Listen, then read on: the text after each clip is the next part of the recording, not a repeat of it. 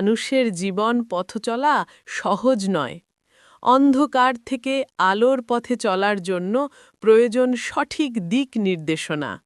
এই পথ দেখানোর জন্যই আল্লাহ তাআলা পাঠিয়েছেন নবী ও রাসূলদের।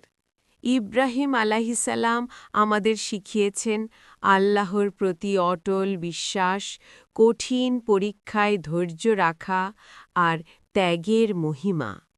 ইউসুফ আলাইসাল্লাম শিখিয়েছেন কঠিন পরিস্থিতিতেও ধৈর্য, ক্ষমা করার মহান গুণ আর চরিত্রের পবিত্রতা রক্ষা করতে হয়। মুসা আলাইহিসসালাম দেখিয়েছেন সত্যের জন্য লড়াই করতে কখনো ভয় পাওয়া যাবে না। আল্লাহর সাহায্যের উপর পূর্ণ নির্ভরতা থাকতে হয়।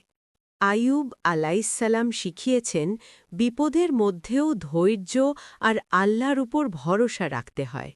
হজরত মোহাম্মদ সাল্লাল্লাহু আলাইহি ওয়াসাল্লাম আমাদের জন্য রেখে গেছেন সর্বোত্তম জীবন ব্যবস্থা, দয়া, ভালোবাসা আর ক্ষমার শিক্ষা। নবীদের জীবন শুধু ইতিহাস নয়, এগুলো আমাদের জীবনের পথ নির্দেশ। কাজেই তোমাদের উচিত নবী রাসূলদের জীবনী ভালোভাবে জানা এবং তোমাদের সন্তানদের এসব শিক্ষা দেয়া।